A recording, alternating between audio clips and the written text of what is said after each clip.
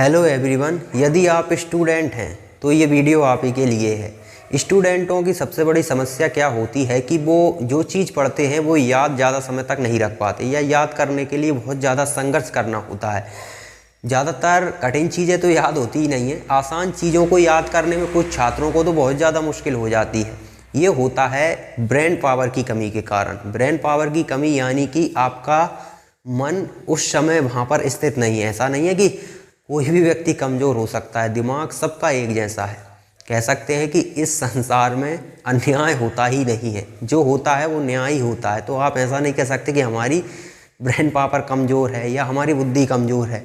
ये होता है आपकी चेतना के कंपन से, यानी कि आपका शरीर यहाँ है, आप कहीं और हो, आपका मन कहीं और है और आप किताब पढ़ रहे हैं, तो स्वाभाविक है वो आसान चीज़ भी होगी तब भी वो आपको याद नहीं होगी। अब जैसे कि कमज़ोर से कमज़ोर बंदा जिसे लगता है कि मैं पढ़ाई में बहुत कमज़ोर हूँ, वो बंदा यदि फिल्म देखता है, मान लीजिए थिएटर में बैठाकर हम उसे फिल्म दिखाएं, तो आप उससे उस 3 घंटा की फिल्म के बारे में आज ही नहीं, आने वाले 1 साल बाद भी डिटेल में पूछ सकते हैं। क्यों? क्योंकि जब वो वहाँ पर फिल्म देख रहा था तो उसका शरीर बैठा हुआ था, तो उसका मन भी वहाँ था।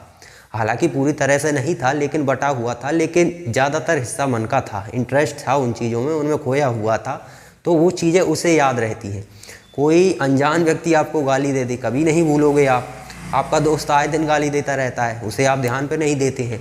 तो ये होता है, मन का स्वभाव ही ऐसा है। तो जिसने इसे जान लिया और जिसने इसे कंट्रोल कर लिया, मन को जिसने अपने हाथ में ले लिया, उसे पढ़ाई में कभी समस्या नहीं होगी। हालांकि पढ़ाई का मतलब ये नहीं है कि पढ़कर एक जॉब मिल जाए। पढ़ाई जॉब के लिए नहीं होती, पढ़ाई होती है योग्य बनने के लिए। और जो लोग पढ़ते हैं, कठिन चीज़ें नहीं पढ़ पाते, मतलब कठिन चीज़ें उन्हें याद नहीं रहती, आसान चीज़ों को याद कर लेते हैं। कुछ लोग होते हैं जो आसान चीज़ों को भी याद नहीं कर पाते। अब पढ़ाई का मतलब तो आपको याद करना ही है, ज़्यादातर तो याद करना है। बहुत कम चीज़ें होती हैं जिन्हें समझ भी आप उन चीज़ों को सकते हैं जिनमें आपका थोड़ा बहुत इंटरेस्ट हो। बाकी चीज़ों को तो आपको रट्टा ही मारना पड़ता है। तो रट्टा मारने की ज़रूरत ना पड़े, 1, 2 या 3 बार पढ़ने में कोई चीज़ आपको याद आसानी से हो सके, तो उसके लिए आपको अपने भीतर चल रहे इंटरनल डायलॉग को तोड़ना होगा। अब ये इंटरनल डायलॉग क्या है? आप ऐसे समझिए जैसे कि कभी आप खाना खाएं तो आपको ज़्यादा बेहतर समझ में आएगा। खाना खाते वक्त क्या आप खाना ही खाते हैं या फिर कुछ सोचते रहते हैं, अंदर ही अंदर कुछ बोलते रहते हैं, अपने ही आपसे प्रश्न पूछते हैं, अपने ही आपको जवाब देते हैं, जबकि कोई नहीं है वहाँ पर, सिर्फ आप ही हो। लेकिन क्या है कि ये एक लंबी धारा है, चल रही है काफ़ी समय से, तो इसे एकदम से तो तोड़ा नहीं जा सकता। ये टूट जाए तो फिर तो कुछ और ही हो जाएगा। वो हालांकि साधकों के लिए है, मैं सिर्फ स्टूडेंट के लिए ये बातें बता रहा हूँ।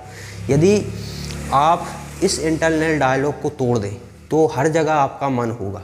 जैसे कि आप मैच खेलते हैं, बिल्कुल तरोताज़ा लगता है, घंटों खेलते रहो, कितना मज़ा आता है उसमें। उसी आनंद के साथ आप किताब पढ़ सकते हैं, लेकिन उसके लिए आपको अपने भीतर का इंटरनल डायलॉग तोड़ना होगा। अपने मन को समझना होगा कि मन जहाँ जाता है वहाँ अपनी मर्जी से जाता है, आपके हिसाब से नहीं जाता। फिर वो आपके कंट्रोल में जब आ जाएगा तो वो आप जहाँ चाहो वहाँ लगा सकते हैं उसे। जैसे कि आपको किताब पढ़ना है, एक पन्ना पढ़ते हैं पूरा आप किताब का कोई भी, तो आपको आखिर में पता चलता है कि पूरा मैंने पढ़ लिया और एक चीज़ भी, एक शब्द मुझे उसका याद नहीं एक बार पढ़ने में। तो ये होता है इंटरनल डायलॉग के चलते हुए। इंटरनल डायलॉग को कह सकते हैं आप विचार, यानी कि अंदर ही अंदर जो हमारे वार्तालाप चल रहा है उसे तोड़ देना। इसे तोड़ने के लिए क्या करना होगा?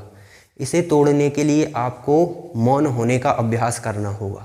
मौन होने का मतलब क्या है? जैसे अभी मैं मौन हो जाता हूँ, अभी तो मैं मुंह से बोल रहा हूँ, मुंह बंद करने के बाद भी अंदर अंदर बातें करूँगा, तो जो अंदर बातें चल रही हैं उन्हें अगर मैं रोक दूँ तो फिर क्या होगा? जैसे ही कोई एक आवाज़ आती है, चिड़िया की आवाज़ आई, तो उस पर बोलना नहीं है कि ये चिड़िया कौन सी है, आई और गई। बाइक का हॉर्न बजा और गया, यानी कि आया और गया। किसी भी तरह की आवाज़ आएगी उस पर रिएक्शन नहीं देना। ये प्रैक्टिस होती है, हालांकि बार बार टूटेगा, ऐसा नहीं है कि आज ही आप कर पाएंगे, ये बार बार टूटता रहता है। इसका मतलब एक बहुत लंबी धारा है और बहुत लंबी आदत है, इसे तोड़ना एकदम से संभव नहीं है। उसके लिए बहुत ही संकल्पवान व्यक्ति का होना ज़रूरी है। उसने कह दिया कि टूट जा तो टूट जाएगी, लेकिन नॉर्मल इंसानों को तो तोड़ने के लिए समय देना पड़ेगा। आपको रोज़ाना मौन होने का अभ्यास करना पड़ेगा। मौन होने का मतलब ये नहीं है भीतर ही आप भीतर मौन होना है, यानी कि आप भीतर गा सकते हैं, रो सकते हैं, चिल्ला सकते हैं, भीतर ही कर सकते हैं, आपको मुंह का इस्तेमाल करने की ज़रूरत नहीं है। तो इसे जिसने तोड़ दिया वो फिर जहाँ होगा पूरा वहीं होगा, और जैसे कि आपको किताब भी पढ़नी है तो वो पूरी आप याद रख पाएंगे। इस फॉर्मूले को हालांकि आपको उतने बेहतर तरीके से शायद समझ ना आया हो, उसके लिए मैं आगे प्रयास करता रहूँगा समझाने के लिए, क्योंकि ये ध्यान के मामले में जो भी चीज़ें हैं उन्हें अनुभव करने वाला उस हिसाब से समझा भी नहीं पाता है। तो फिर भी प्रयास कीजिए आप, इससे आपको काफ़ी लाभ होने वाला है।